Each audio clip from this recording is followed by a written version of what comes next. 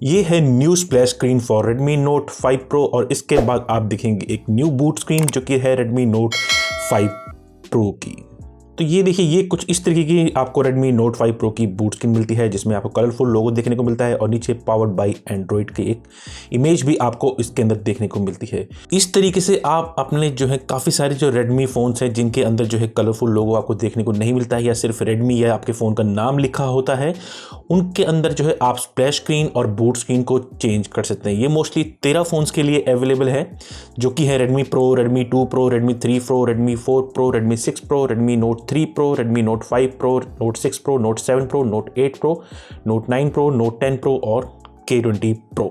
इन सभी splash screen और boot animation का क्रेडिट जो जाता है वो है JAC Art, जिन्होंने इन बूट एनिमेशंस और स्प्लैश स्क्रीन्स को बनाया है। तो आज के इस वीडियो में बताऊंगा कैसे आप इन फोन्स के अंदर जो है अपनी स्प्लैश स्क्रीन और बूट स्क्रीन को चेंज कर सकते हैं। तो चलिए आज के इस वीडियो को शुरू करते हैं।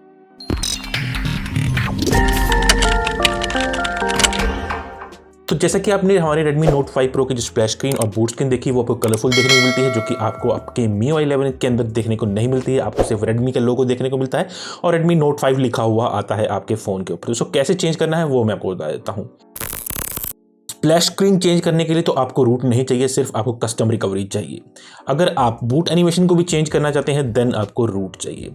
तो आपको 2 फाइलें चाहिए होंगी। जो फ़ोन मैंने बताए हैं उन सभी फ़ोन के लिए ये फाइलें अवेलेबल हैं। आपको लिंक डिस्क्रिप्शन में मिल जाएगा, वहाँ से आप अपने फ़ोन की फाइल्स को डाउनलोड कीजिएगा। तो मैं आपको एक बार फाइल मैनेजमेंट दिखा देता हूँ कौन सी वो फाइल्स हैं जो हमने अपने फ़ोन के अंदर सेव कर रखी हैं।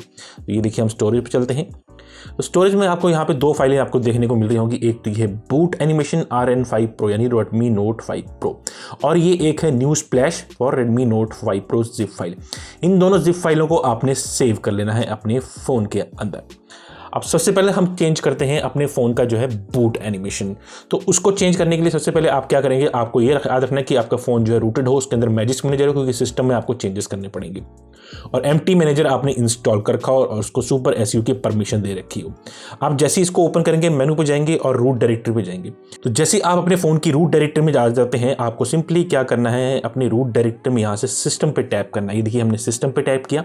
सिस्टम पे टैप करके आप मीडिया पे जाएंगे। यहाँ पे आपको एक बूट एनिमेशन, जो आपके फ़ोन की स्टॉक बूट एनिमेशन है, वो फाइल आपको यहाँ पे देखने को मिलेगी। आपने इस फाइल को जो है मूव कर देना है, यानी कि इसका बैकअप ले लेना है। तो हम सिंपली क्या करते हैं, इस फाइल को हम मूव कर देते हैं अपने फ़ोन के SD कार्ड में। तो हम इस तरफ जो है SD कार्ड को सिलेक्ट कर लेते हैं ताकि हम SD कार्ड के अंदर इसको सेव कर सकें। तो ये देखिए, इस तरफ मैंने SD कार्ड सिलेक्ट कर लिया जहाँ के हमारी सारी फाइलें हैं। तो अब इस फाइल को हम मूव कर देते हैं इस तरफ, रिमाउंट RW ओके। तो ये देखिए, ये फाइल जो है अब यहाँ पे मूव कर चुकी है। ये देखिए बूट एनिमेशन .zip और यहाँ से रिमूव हो गई है। अब सिंपली जो आपकी बूट एनिमेशन RN5 Pro यानी Redmi Note 5 Pro की जो फाइल थी उसको आपने मूव कर देना है दूसरी तरफ अपने सिस्टम मीडिया फोल्डर के अंदर। तो ये देखिए, यहाँ पे ये फाइल आ गई है। अब आपने क्या करना है, इसको रीनेम करना है। रीनेम करेंगे और ये जो RN5 Pro है इसको आपने मिटा देना है, सिर्फ बूट एनिमेशन .zip ऐसा कुछ आपके फ़ोन पे रहना चाहिए।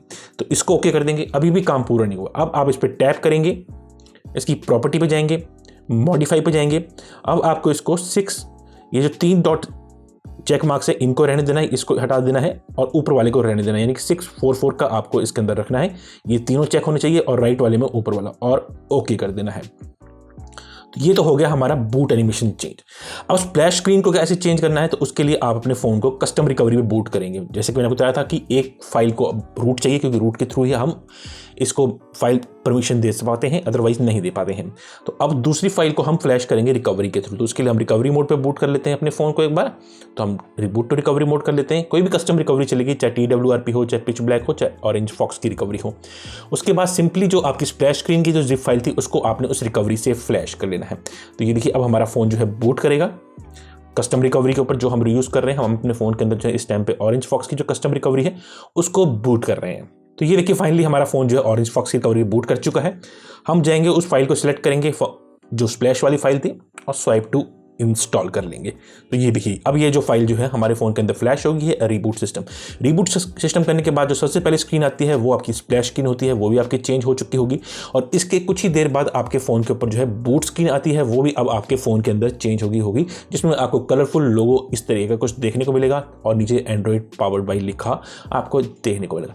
तो इस तरीके से आप इन रेडमी फ़ोन्स के ऊपर जो है अपनी स्प्लैश स्क्रीन और अपनी बूट स्क्रीन को चेंज कर सकते हैं। तो उम्मीद करता हूँ आपको आज का ये वीडियो पसंद आया होगा, और ऐसे वीडियो अपडेट्स के लिए प्लीज़ चैनल को सपोर्ट जरूर कीजिएगा, लाइक कमेंट शेयर और सब्सक्राइब करना मत भूलिएगा। तो मिलते हैं नेक्स्ट वीडियो में, तब तक के लिए take care and bye bye.